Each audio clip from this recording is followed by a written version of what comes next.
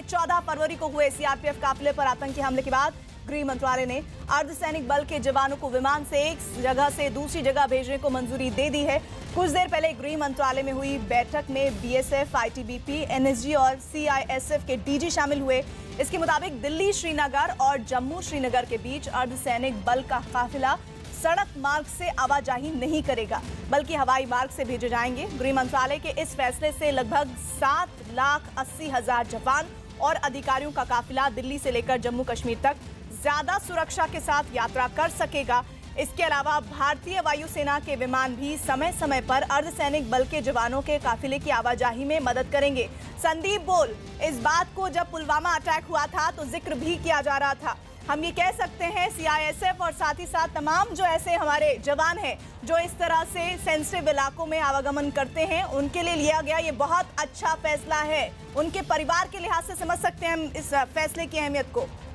बिल्कुल, देखिए जिस तरीके की रीजन में जो है ऑपरेट करते हैं, खास तौर पे कि जम्मू कश्मीर की हम लोग बात करें, वहाँ पे बर्फबारी के चलते जो है रास्ते बंद रहते हैं और फिर या किसी जगह कर्फ्यू की वजह से रास्ते बंद हो जाते हैं, तो जाहिर सी बात है कि सेना को समय पर जो है वहाँ तक पहुँचाना, खास तौर पर कि सीएपीएफ यानी सेंट्रल आर्म पुलिस फोर्सेज को जो है उन इलाकों तक पहुँचाने के लिए जो है पहले सड़क का इस्तेमाल किया जाता था। लंबी लंबी कतारें जो हैं पूरी कॉन्वॉय चला करती थी और वो जो है कितनी सुरक्षित थी वो अभी पिछले हमले में देख लिया गया। उसी को मद्देनज़र रखते हुए जो है सीधे तौर पर ये नया कड़ा कदम उठाया गया है, जिसमें कि 7,80,000 जवानों को जो है हवाई यात्रा के लिए जो है मंजूरी दी गई है। और इससे पहले भी जब ये अटैक हुआ था पुलवामा, उससे पहले कई सारे ऐसे ऑपरेशंस हम लोगों ने देखे थे, जिसमें कि इंडियन एयरफोर्स जो है वहाँ के बच्चों को जो है एग्ज़ाम दिलाने के लिए जो है एयरफोर्स के प्लेनों का इस्तेमाल किया जा रहा था। तो उसी की तर्ज पे जो है अब जो है जितने भी सेंट्रल आर्म पुलिस फोर्सेज हैं उनको जो है अब जम्मू कश्मीर से श्रीनगर, श्रीनगर से दिल्ली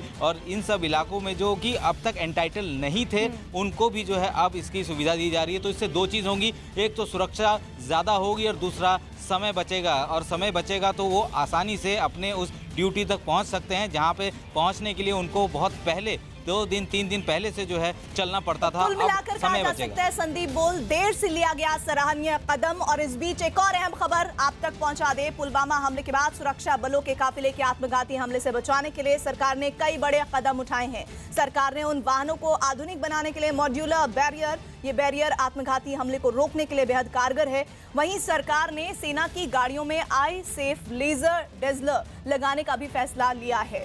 इसके जरिए सेना उन ड्राइवरों को रोक सकती है जो काफिले में घुसने की कोशिश कर रहे हो।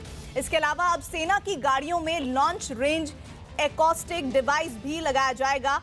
इस उपकरण से सुरक्षा बल संदिग्ध वाहन या व्यक्ति की पहचान कर उसे रोकने के लिए अनाउंसमेंट करेंगे, जो सीधे संदिग्ध के कानों तक पहुंचेगी।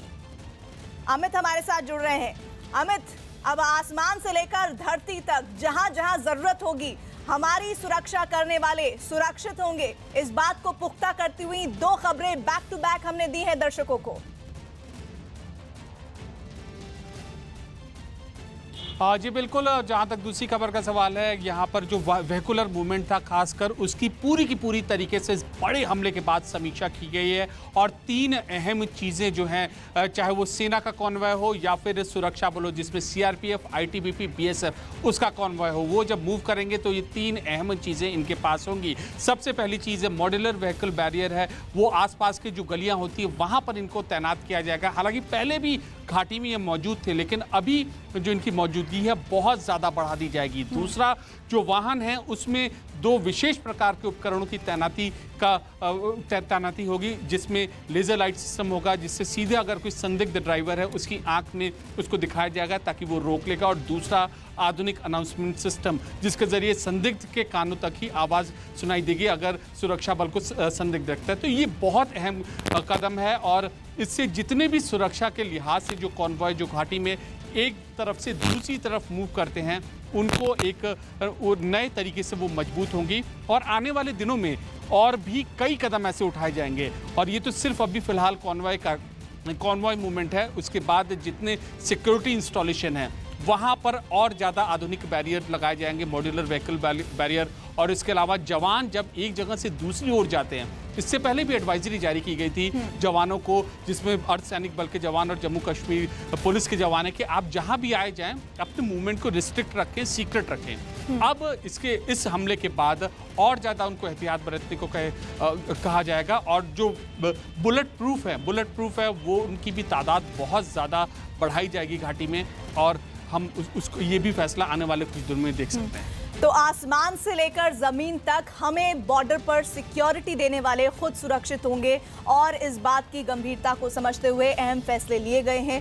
आप तीनों का, शैलेंद्र वांगू, संदीप बोल और अमित पांडे, आपका बहुत बहुत शुक्रिया इन जानकारियों को हमारे तक पहुंचाने के लिए, क्योंकि बहुत सारे लोगों के भीतर इस तरह के सवाल उठ रहे थे।